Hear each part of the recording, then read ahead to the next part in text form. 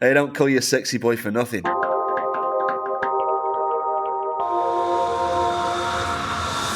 Hi and hello watchfans, and welcome to another edition of The Real Time Show with me, your friendly neighbourhood watchmaker, Rob Nuds. I am joined today in the virtual studio by my good friend, the sexy boy himself, Guillaume Laidet. How are you, my friend? Always sexy. I try to be like you, but I try only. I think you succeed. I think it's not even a joke. It's a running theme in the industry that this is how you're known. I thought it was personal between us. I thought like you called me tit boy, I called you sexy boy. I thought that was like our little vibe. But no, apparently like even like people that I've never heard of before are referring to you as sexy boy. So it's fair enough though. You're talking about Badass? Oh. I've heard of Balash. Balash is famous. Balash is renowned around the industry, but I mean, loads of people, just people on the street. Okay, but because my OnlyFans is quite popular now, I have launched. Watches are not making enough margin anymore, so I try to diversify my source of revenue. So I have a feet OnlyFans account now on Instagram. Feet for feet. Yes, only feet. Only feet. Okay, so if you notice that I go quiet in the middle of this podcast, you're like, Rob, where are you? You know where I am. Signing up right now. Just get my credit card. Anyway, welcome to the Real Time Show. Thanks for joining us. It is a pleasure to have you here. Thanks for taking time away from your new OnlyFans account. That's really generous. For any of our listeners who aren't already acquainted with you and your meteoric rise to superstardom in the watchmaking industry, is who the hell are you and why should they care? Give us an introduction. Whoa. I'm Guillaume Laidet. I'm 37 years old. I was born in Cognac, southwest of France. Then I moved to my first job was in Switzerland in the watchmaking industry at Zenith. So I learned my basics there. I was just a bit of starting a collection of watches because my father introduced me to that. He was buying vintage watches on eBay sometimes, and I discovered the vintage and mechanical watches like this. And then I very much learned my job at Zenith with Romain Marietta that you may know, that is now a big guy at Zenith still, and with Jean-Frédéric Dufour, who is now the biggest guy in the industry. CEO of Rolex, and so I learned how the watchmaking industry was working there. I learned a lot of things because the team was very small. So I did marketing, digital marketing. We were just opening the Instagram account, so the YouTube account for Zenith. It was the first time also watchmakers put online their watches with prices. So it was a big thing at the time, watchmaking industry is always late, but yes, it was in 2011, 12, something like this. Then I moved to Girard-Perregaux. I had a few months there before I moved to Gégère-Lecoultre. That was my second biggest, because Girard-Perregaux was quite quick because the brand was just bought by Kering. It was a tough time. I mean the company was structure was quite strange. So I had a better opportunity at Gégère, who was already a big brand with more marketing budget, more interesting things to do, and I had the chance to cross Jérôme Lambert a bit and work a bit with him on movies, on the digital area of Gégère. And I got my first reverso too. I was a big fan of the brand before. So this was super cool, but it was also in Switzerland, at La Vallée-de-Joux, so working in the manufacture. It's always interesting to see how the watches are done, to see the hundreds of components created under the same roof, because Gégère is mastering this, Zenith too. So two real manufacturers. And then I knew that my path was not to work for this kind of brand and make all my career in this kind of companies and big group, because there is too much hierarchy, too much bullshit about this, the political shit. that I don't like. And I created my own brand back in 2015. So I was one of the first to make the Kickstarter brand based on a vintage chrono I had. I had made a restored in La Chaux-de-Fonds and a vintage chronograph, 36 millimeter, gold plated, unbranded, that I was loving to wear, and that I still wear, and that inspired me the William L 1985 brand, but to make an affordable version of this vintage chronograph. And this is the second part, I would say, of my watchmaking career. So there I learned the pre-order things, to build something with nothing, with my bare hands, that Rob. And so that was the without any marketing budget, without a lot of help, and then to create a brand from 0 to 3 million turnover, to have a team in Paris and in Shenzhen, to assemble the watches, and also to communicate on it and to sell it. So I had the 100% view, 360 view of the industry, but on another price level, the enterprise level, with the distribution, with the stock, with all these nightmares you can have. And then I had a quick success on this brand. The Kickstarter went very well. We made like 200,000 USD in a few weeks. We sold thousands of watches, so it was super cool. And then we started to distribute maybe too early on the market, on the wholesale. We work with distributors. We work with Icewatch, Daniel Wellington. We are doing a lot of volumes, and the how do you say that, the danger in this on this market is when you have too much stock and that the sellout is not coming that well. You were thinking the distributor will just drop you like shit, and and you take back your volumes and your stock, and then you have the treasury nightmare that starts. So I had the very good start, and for 1 year and a half, and also investor who put money on it, and everything is happy and going well. And then the 2 last years were super stressed, super hard, because the business didn't how do you say, rise as planned. And then you have the investor who is going away, who cut the money, and you have to fire everyone and to close the subsidiary in China, and then you have the COVID. So it was tough period, but the end was okay. I succeeded to sell the brand and to not leave my shirt, but I don't sell it million like I could have done if I did it a few years before. So and that's how in this failure, I am the man who was doing my watches, manufacturing part of my watches in Hong Kong, a French guy, Rémi Chabra, who is owning the Moët Group. We talk in Paris, and during this talk about what I was going to do next, the Nivada Grenchen name dropped on the table, because Remy was he's still friend with Andres Holzer, with the owner of Nivada brand. And I said, what the fuck, you know this guy, but he's doing nothing with this super cool brand. There is so much to do. And I said, I call him right now. So he called the guy, the billionaire guy.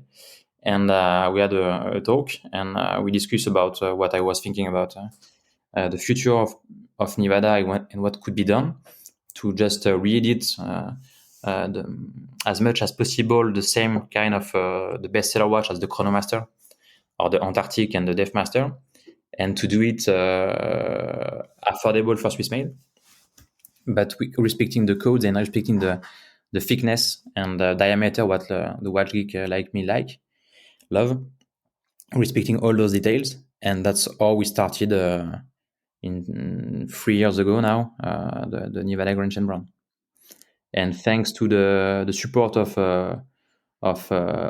Fratello, Odinky, One and One, all the cool guys I met before during also my William L and my GGR years. We raised the Nivada from 0 to 3,000 watches this year. So it's quite cool. And then that's all thanks to the success of the pre-order. In fact, I mixed. Sorry, maybe I speak too much. You have other question, or my introduction is too long. It's absolutely fine. I just made myself a cup of tea. I sat back and listened. Sometimes I forget that I'm actually recording the podcast and not just listening to a podcast. But you can carry on going for as long as you want. You've got an hour. Just give me a loud shout when you're done, and I'll wake up. What was I going to say? I had something to say. I did have a question. I'm a podcast host. What I wanted to know was, what did you learn from the, shall we say, missteps that you took at the helm of William L. that you managed to apply to Nivada Grenchen to ensure that this company didn't run into the same problems? The stock. The biggest thing is to keep the price always at 100%. Don't give discounts. Put the same price all year. Don't make too much margin, and respect the customer and the watch value. Oh, there is a dog screaming outside. I don't know if you hear it. Yeah, it's small. That's an interesting addition to the podcast. That's the first dog. It's for the animal lovers, There is another OnlyFans for this. But oh God. This got really dark really fast. Okay, carry on. Yeah, so I learned about this, the distributor thing. So what I did, I mean, with Nivada is to completely cut the distributor things, only work in direct with retailers, but go to retailers only after the success online was enough, and that people started to say, hey, man, I really need to see these pieces before I buy. I really need to feel it. So we started to, after 1 year and a half, to started a few point of sale. We started with one in California named Châtel, which is a super cool guy, a French watchmaker who installed himself and his family in California years ago. Is that in Carmel by the Sea? Yes, it's in Carmel, yes. It's Châtel. The name is Châtel. Yeah, I've been there. Nice. Yes, it's a super cool place. It's just next to my second passion with Pebble Beach, the very cool golf course. So you can do both. And also 1&1 is doing the wind up in San Francisco, not very far. So I had the chance to go in the same time. Sorry. And what I was saying, yes, we tried. It was sell out very quickly with the stock we were shipping him. So then we opened another one, and then another one, and we have opened like this now 3-4 in France. In US we will open Watches of Switzerland next year. It's a big project for next year in the US. We've opened Japan, a few points of sale in Japan with Beyond Cool, and also in Thailand, and I hope Singapore will follow, and Germany also, and Italy. We are just opening a point of sale. We have a lot of traffic from Italy. The brand was very popular there too.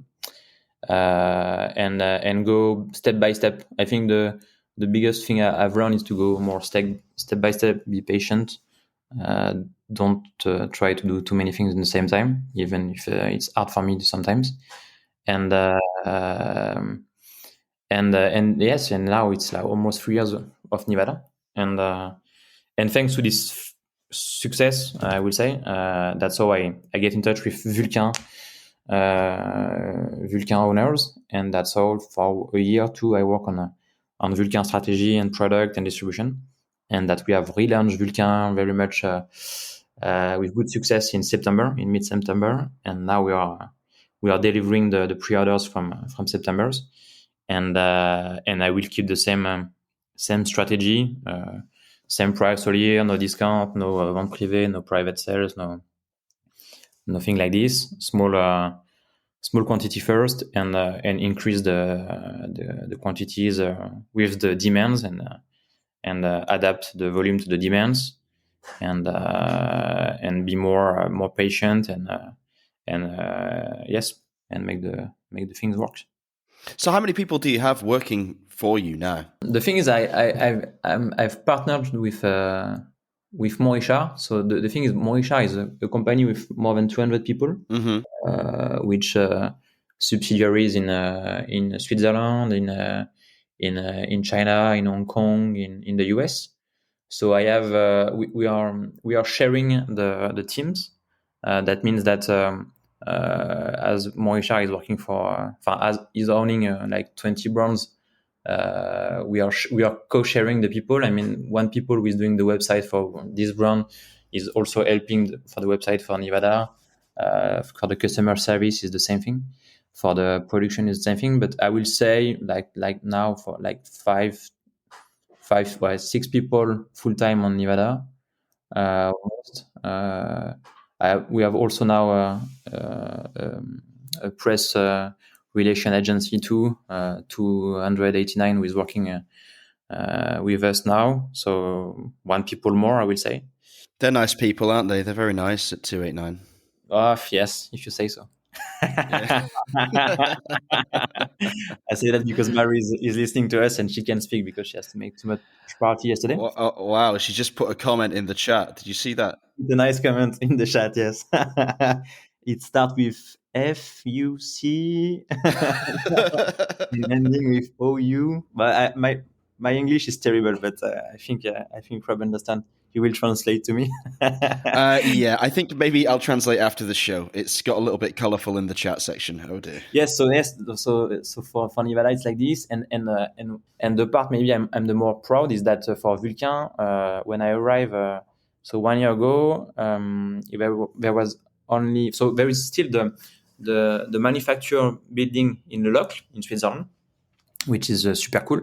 There was only one watchmaker left in last November, and now there are 3 watchmakers full time, and 2 interns. So there was, last time I came, it was like 5 guys in the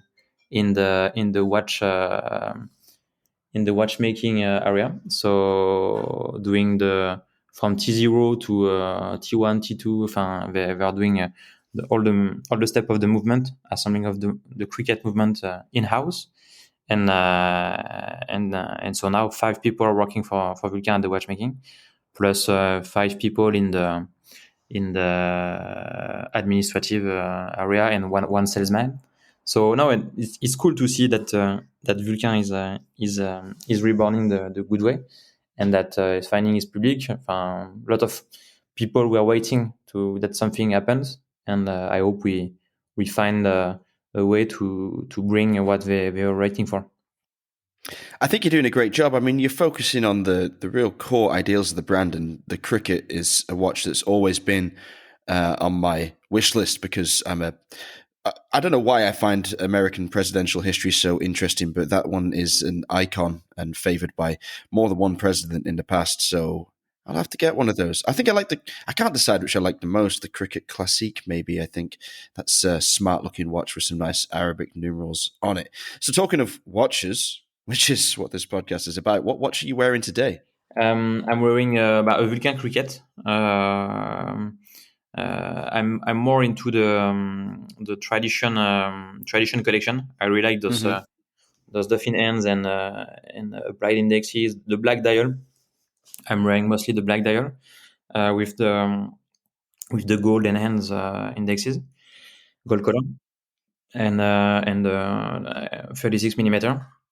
I really like the size. In fact, we respect the same exact case and size as the as the vintage ones. The first thing I did when I came to Le Locle is to open the safe with all the vintage collection from Vulcain, and to then to decide which one were the best candidate for reedition. I think the idea, as you said, is to keep the core identity, core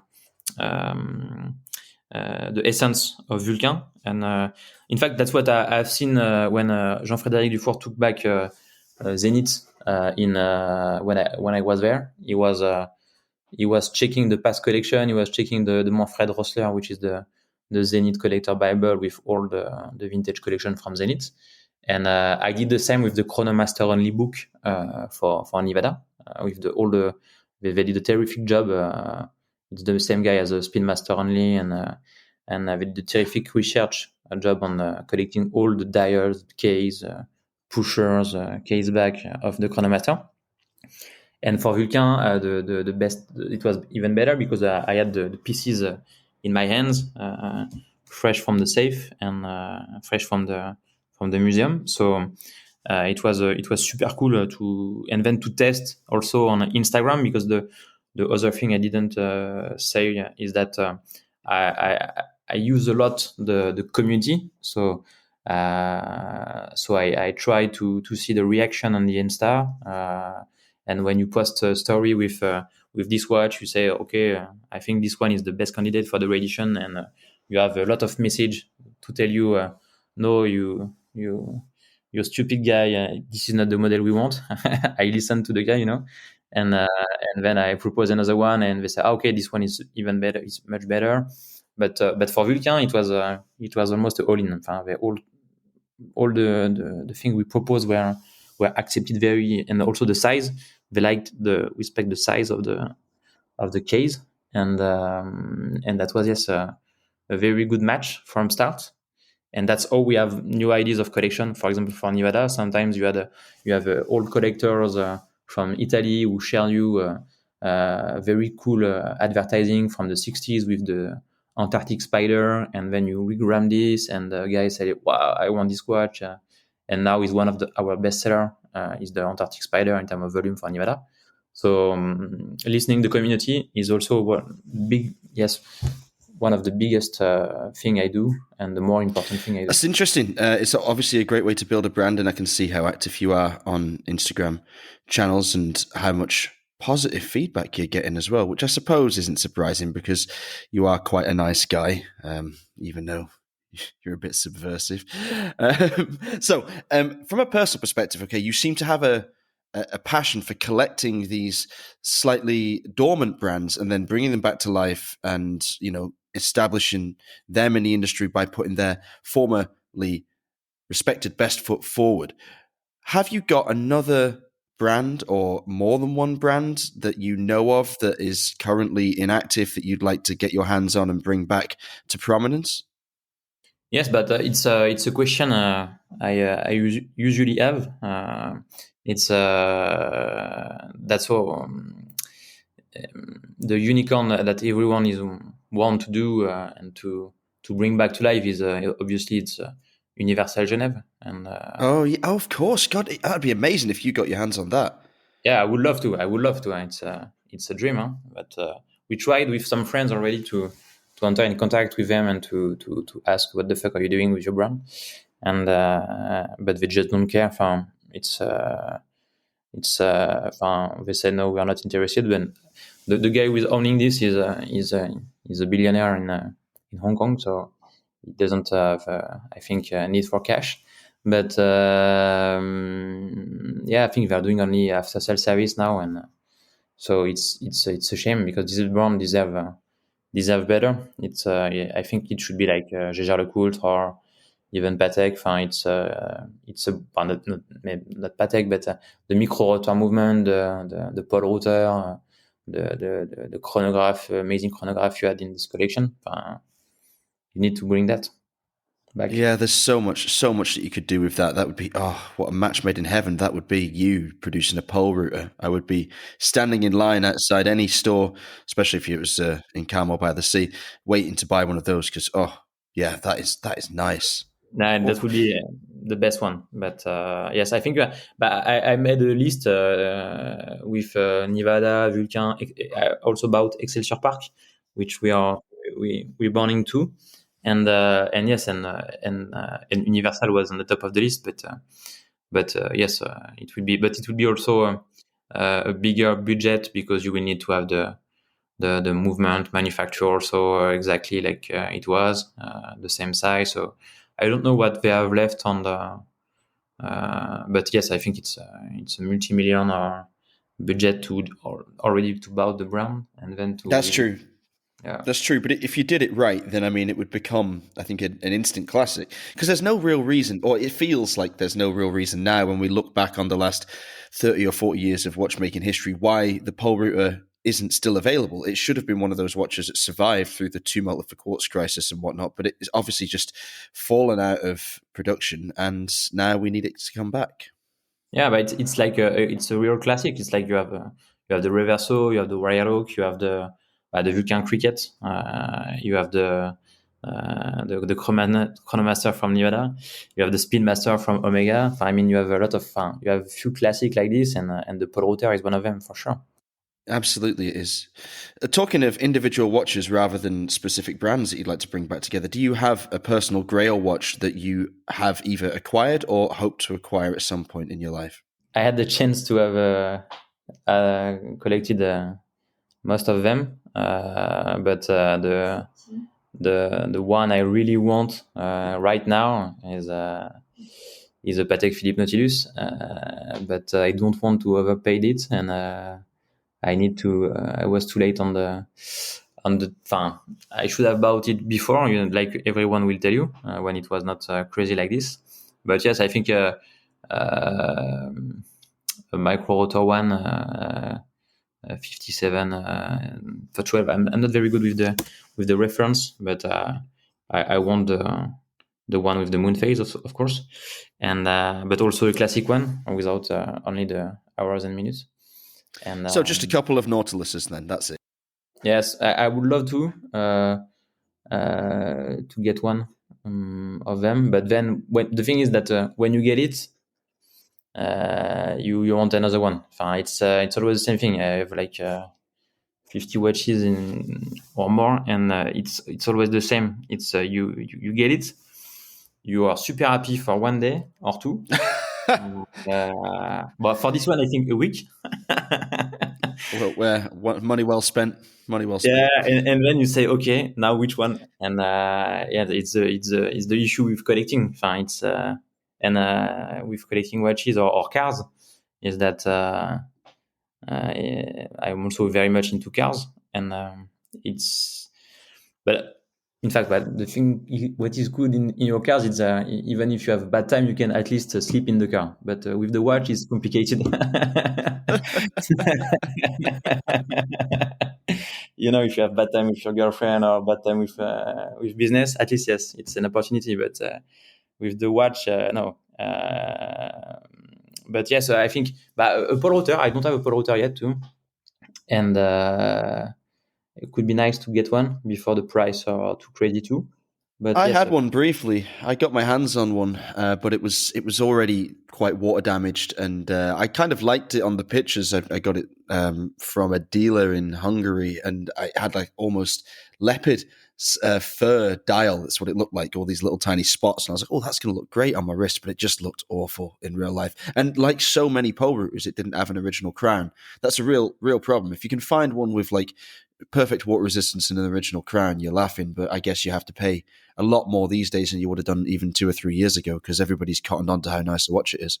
Exactly. But I think now it's if you want a nice one, it's what, 4,000-5,000 USD, something like this. Yeah, and it used to be a tenth of the price. I mean, everything used to be a tenth of the price, but I mean, like quite recently, you could pick them up for less than 1,000 in good condition. But that's those days are gone, unfortunately. What would be your ideal configuration? Dark dial, gold hands, gold case. What?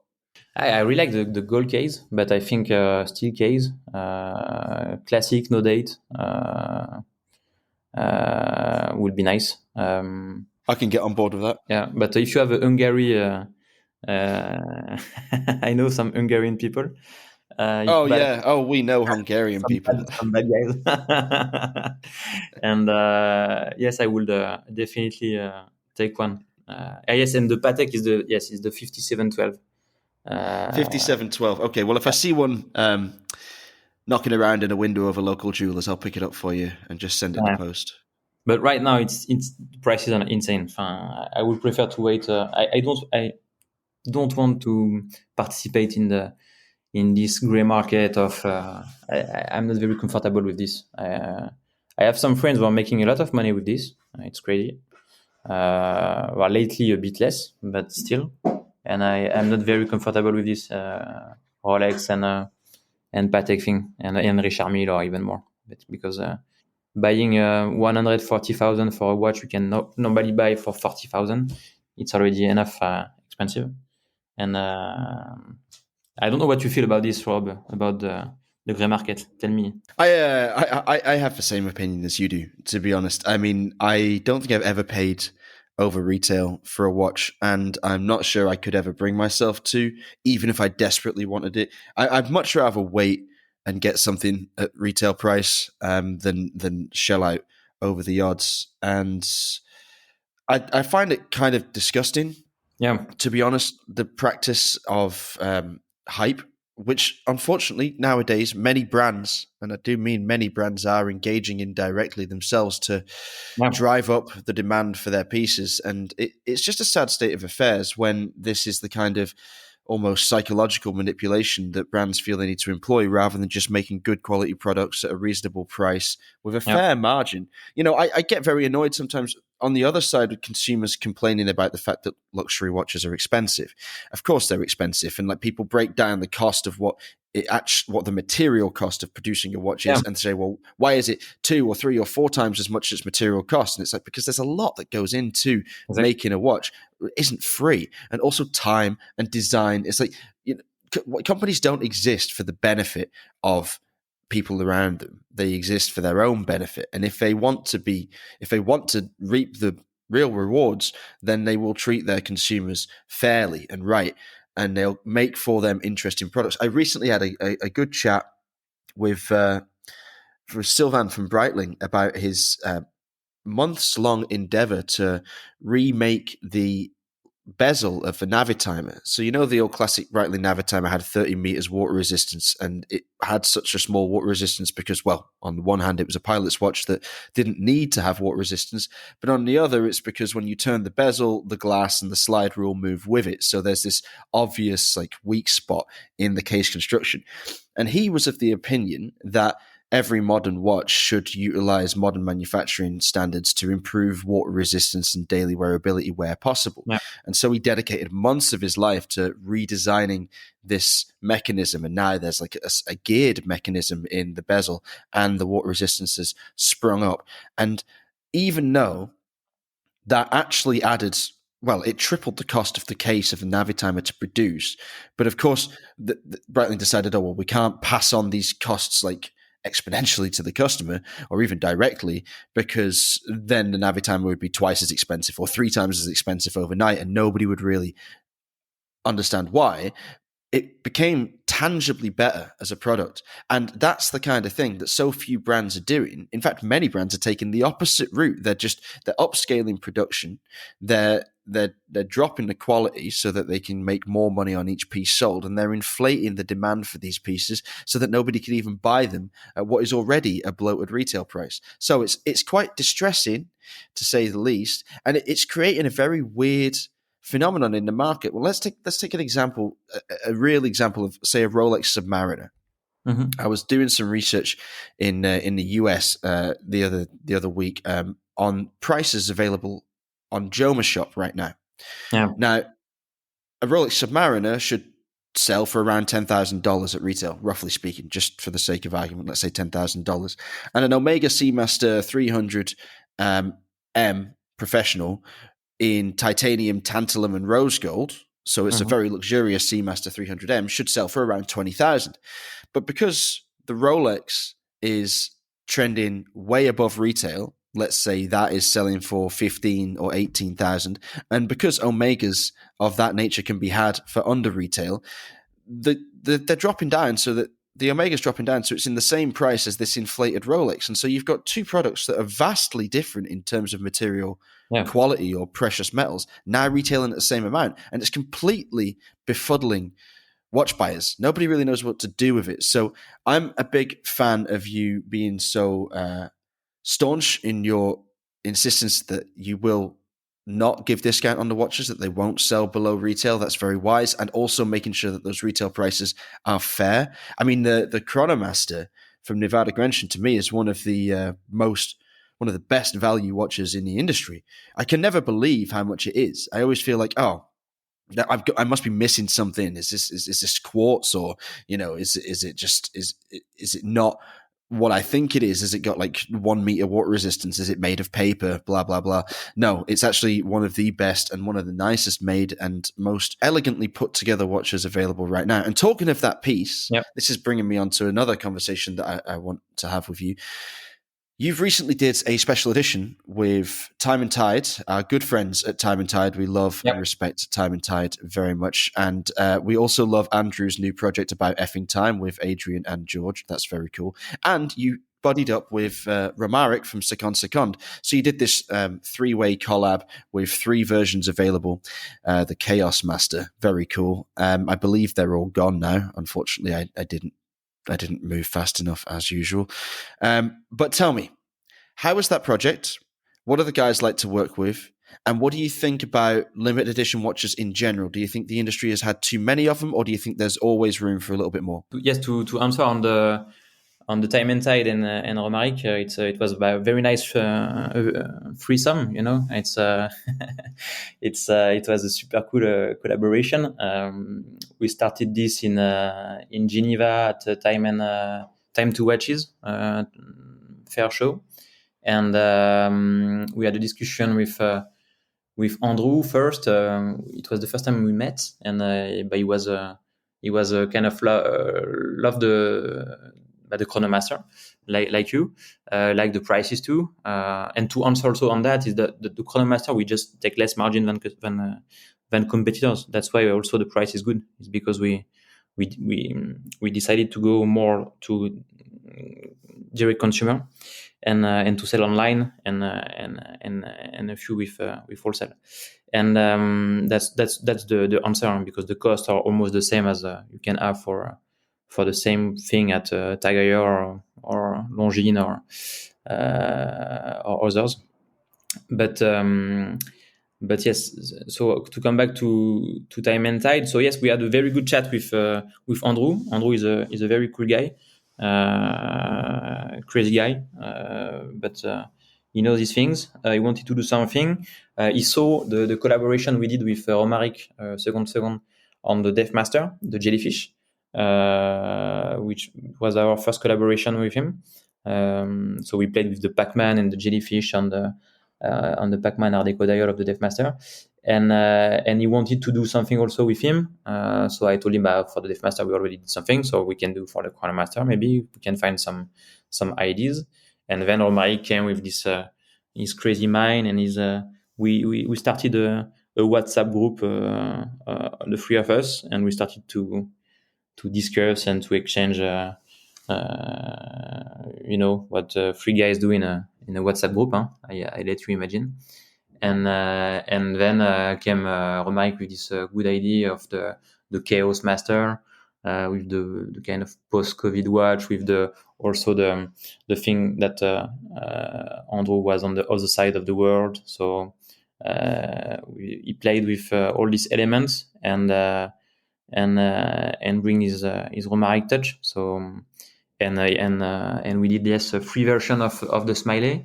He also reversed the writing and the logo on the dial if you pay attention to the details, and with a super cool storytelling. He's also, when he's not just doing a cool second hands on the watch, he's also bringing a full concept that sometimes is only one to understand, but then when you infuse and you say, oh yes, fuck, it's super cool idea, and then it came like this. He's working on his graphic. It's very detailed, very passionate, and very maniac. But he's very artistic. Yeah, he's nuts. Yeah, he's kind of nuts. Yes, exactly.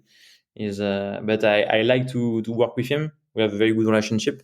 We made collaboration also with Vulcain. We'll come up very soon in January. So if you want some how do you say that, scoop, we'll do a collab with Romaric and also with Waco from Revolution for that will come up in January on the Vulcain, on the cricket. Yeah, on the cricket, it will. You will see it's cool.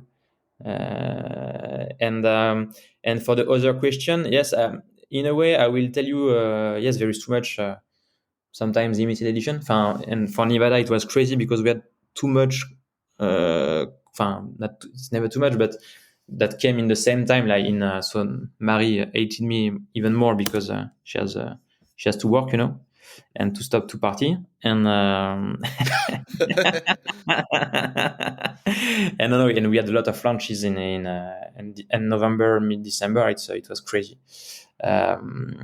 Crazy time because with the late components coming, late assembling, we had too much things to do and to launch. But in the end, yes, it sold out quite quickly with Time and Tide. Also with One and One, we did something super cool with about 20 all value 72, and we made a limited edition of 20 pieces. And also it was quite a gap because we sell the watches for like 7,000 USD. So for us, it was the biggest price we ever sell a watch on Nivada. And it sold out too. We made also and because I like also when it's also affordable and people can really buy it. So we made a pre-order on the Mecha Quartz version of the Datomaster with some crazy dial made by Zach, which is also kind of an artist. He made some super cool dials, and it sells super well too. And for 72 hours only, and we made like 200 or 300 watches. That was cool. And so sometimes, yes, you think it's always too much limited edition, but also when we launch a new product, the first thing people are asking or commenting is it limited? Is it limited? And when you launch something that is not limited, sometimes you don't sell well because it's not limited. So and then people tell you why you doing limited?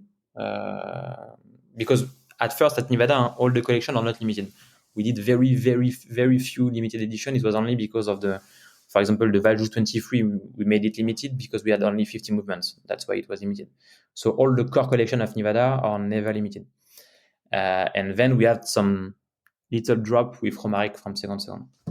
So I tried that the main pieces, the more important pieces are not limited because I want that the more people get it. But the usual question you have, it's always, is it limited? Is it limited? So it's a bit a schizophrenic industry too. So yeah, I do wonder that actually it's one of those things that we hear a lot about in the media, people commenting on, the limited edition crisis that the watchmaking industry is experiencing.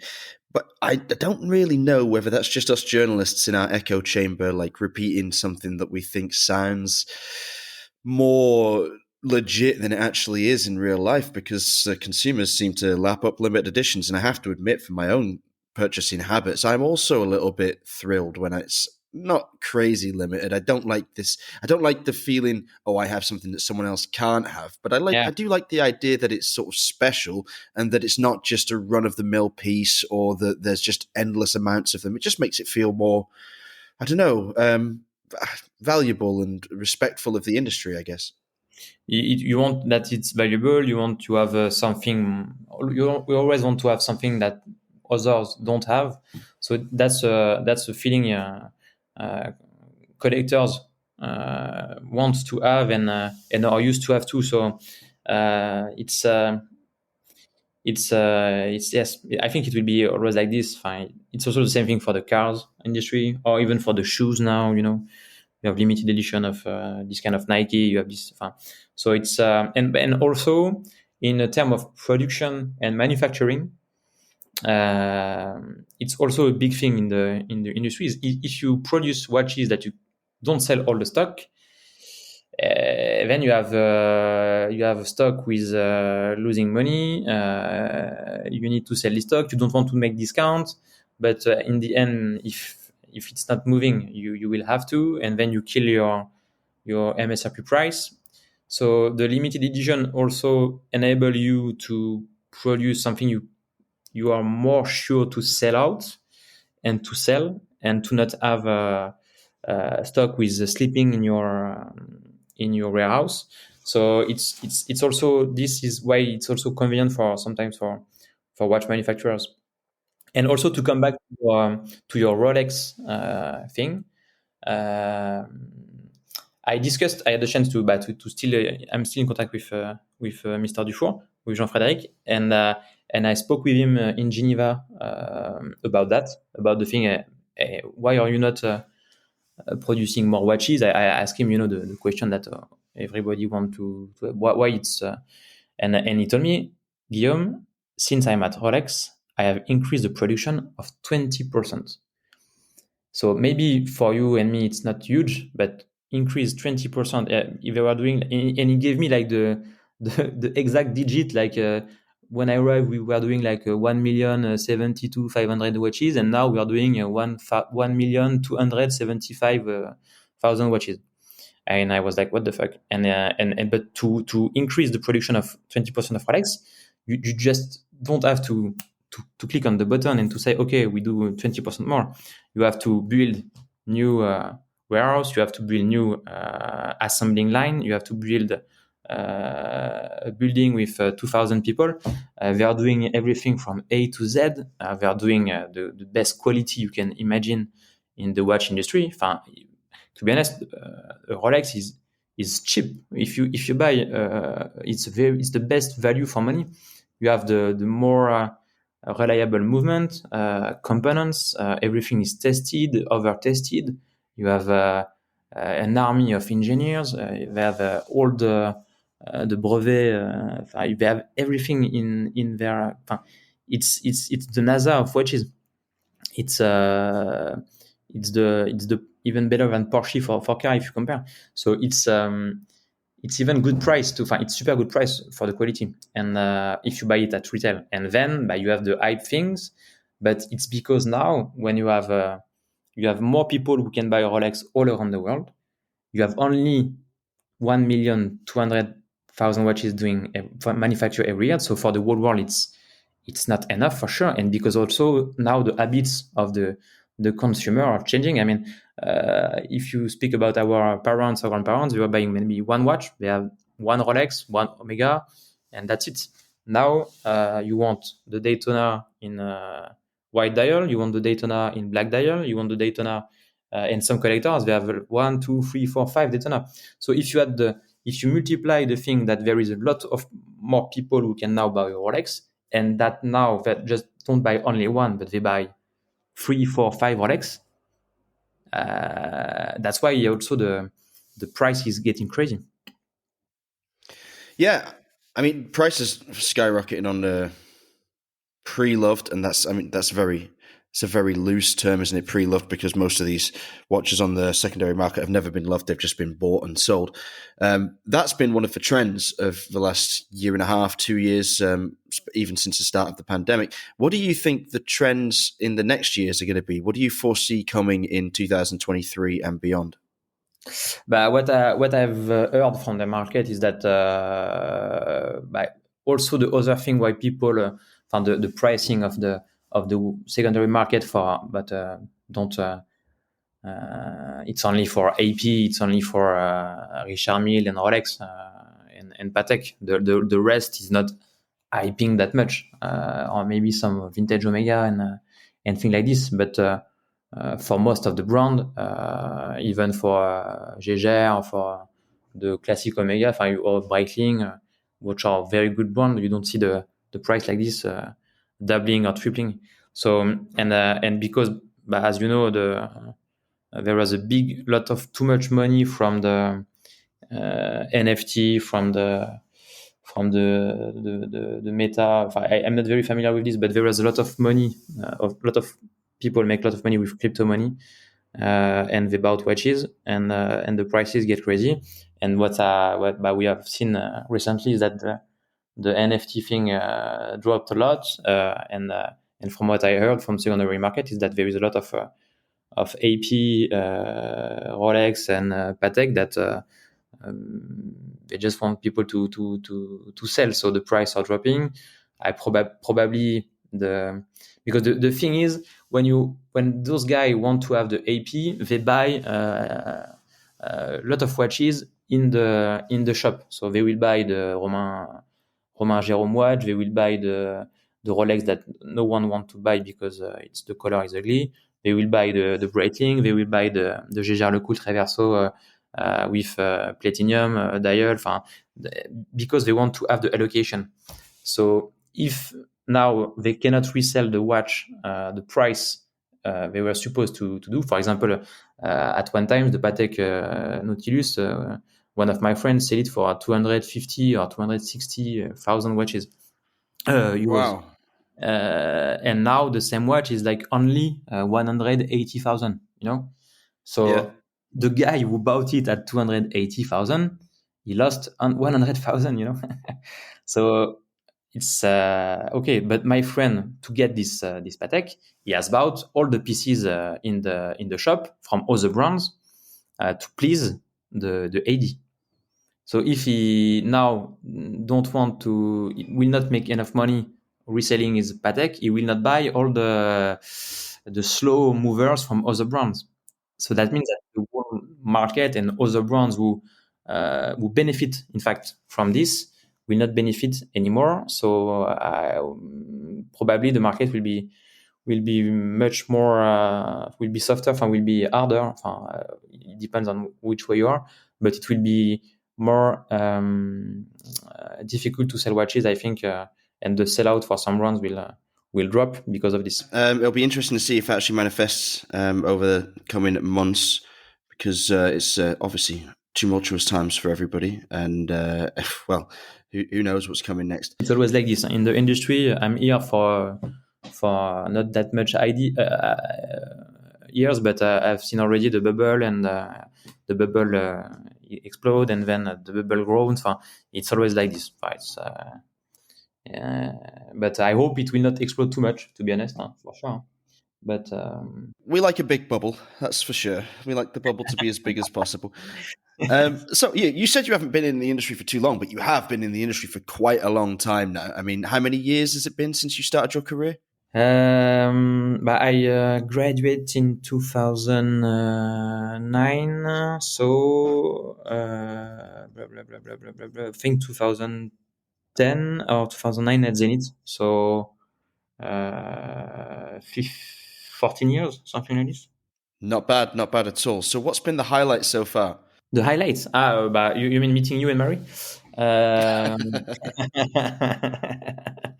The highlights, I think, Vulcain, to be honest, is quite an achievement, because I've seen this brand and I thought about this brand a long time ago, because when I even arrived in Le Locle working for Zenith, I saw this brand, and I was just a little guy, first job at Zenith, and to now be the guy who is handling the brand strategy and make this brand reborn and making work. I think it's something that I would not have imagined when I came to start to work for Zenith. I would never have imagined. I would have loved to be the brand CEO, but that's what you dream when you are 25 years old. But to succeed and also with a different path of what I did with the Kickstarter thing, with the and in the end to arrive here and to make this brand back on track, it's a great highlight. No, it's about as good as it gets, to be honest.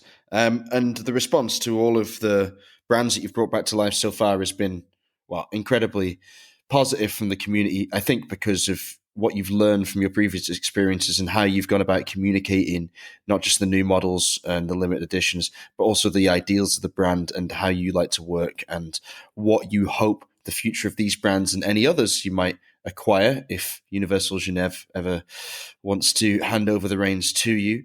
But for brands like Nivada Grenchen and Vulcain, especially in Excelsior Park, how important are trade fairs and public events where you can actually meet people, meet your colleagues in the industry and whatnot? Do you think that the physical get-togethers that were put on hold throughout COVID are just as important or maybe even more important than ever? And what do you see their future looking like? I think it was super cool to be back on the watch fair. I think the first watch fair we did was it was 1-in-1 in San Francisco. Sorry, I have my personal assistant who is going out of the flat right now. As you go, make some noise now. Yes, it's my girlfriend. Sorry. Oh. And as she knew that she wasn't able to make some noise, she just make me some bad sign with some. But anyway, she will she will be nervous after that. So what I was saying, yes. So just yes, I think it's something super important because you get in touch with your real customer, with journalists and with watch aficionados who want to touch the watches in real and to see it and to speak to you. So it's even for me, why I'm a digital guy, because I'm pre-selling online, I sell online the most, and I'm very on the digital sphere.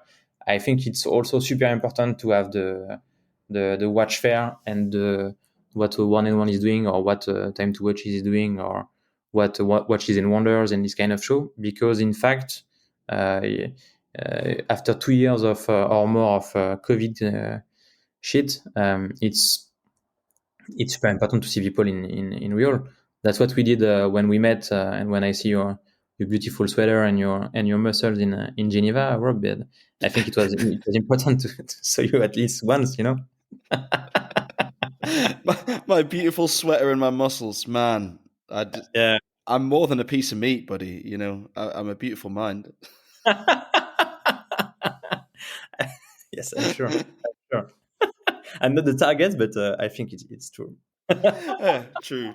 Well, my next question, my last question, actually, is now going to sound more like a request for a date than anything else. But I was going to say, when are we going to have a pint together? Sexy boy. I mean, anytime you want. I think if you come in Paris, I will be super happy to offer you more than a pint, maybe champagne, Oh, and let's see where it goes. But all right, okay, I'm wrapping this up before it gets any bluer. Okay, I'm gonna cut you off. Okay, that's it. It's done. Okay.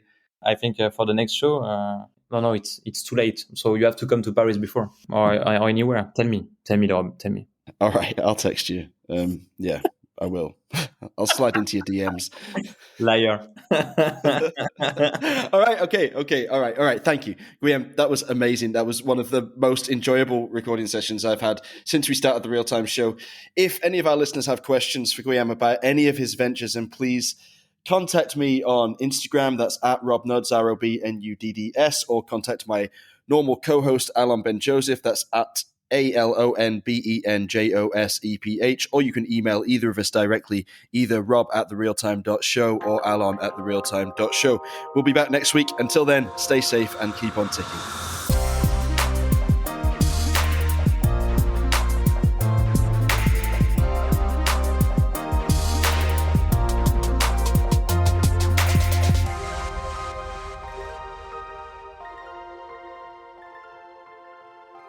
I'm going to text you. I'm going to start sending you lots of selfies and, little love notes and whatnot. And then hopefully we can hang out sooner rather than later. Send me pics, Yeah.